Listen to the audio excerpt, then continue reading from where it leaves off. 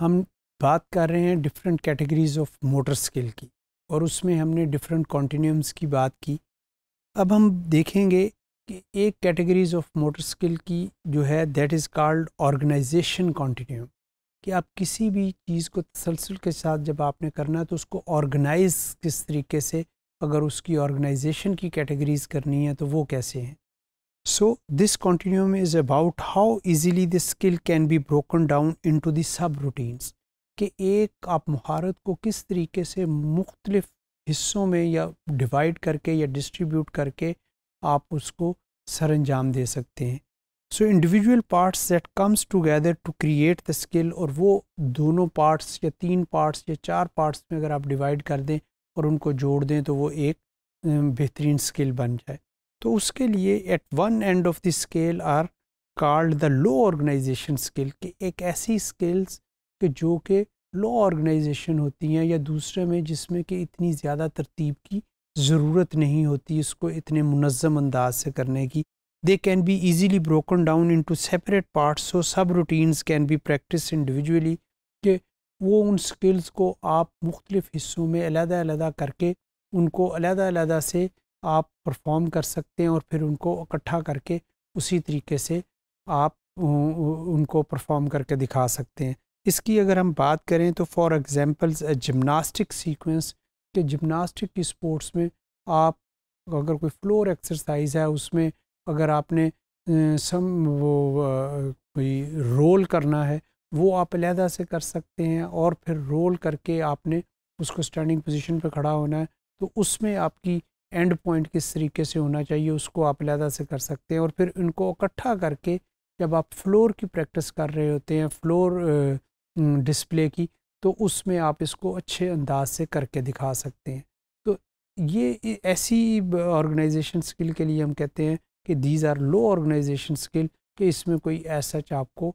کرنے کی کمپلیکیشن نہیں ہوتی، آپ علیحدہ علیحدہ پارٹس میں اس کو ڈیوائڈ کر کے آپ اس کی پرفارمنس اپنی بہتر کر سکتے ہیں اور اس سے اچھے نتائج لے سکتے ہیں۔ اسی طریقے سے آرگنائزیشن کنٹینیوم کے دوسرے اینڈ کی اگر بات کریں تو those are called high organization skill, کہ ایسی مہارتیں جس میں کہ آپ کو زیادہ آرگنائزیشن کی ضرورت ہوتی ہے، کہ ان کو زیادہ منظم انداز سے کرنا، اور ان کی کمپلیکیشن بھی زیادہ ہوتی ہے جب آپ ان کا بریک اپ یا اس کی ڈویژن کر رہے ہوتے ہیں۔ They are difficult to separate into subroutines, so usually have to be practiced as a whole skill, کہ ایسی اسکلس کو آپ توڑ توڑ کے پریکٹس کرنے میں آپ کی مہارت اس طریقے سے نہیں آئے گی۔ So you have to prepare that particular skill in a collective manner, کہ اس کو آپ ایک ہی انداز میں ایک ہی دفعہ فل انداز سے کریں گے ایز اے ہول تو وہ آپ بہتر کر سکیں گے۔ This is because the subroutines are very closely linked, کہ یہ سب روٹینز جو ہوتی ہیں ایک دوسرے کے ساتھ بہت زیادہ لنک ہوتی ہیں، تو وہ اگر آپ علیحدہ علیحدہ توڑ کے کرنے کی کوشش کریں گے تو وہ اچھی نہیں ہوگی۔ جیسے اگر ہم اس کی اسپورٹس میں مثال لیں تو that is called golf swing, کہ آپ بال کو جب گولف میں ہٹ کرتے ہیں تو وہ جو سوئنگ کرتے ہیں ویسے اس کی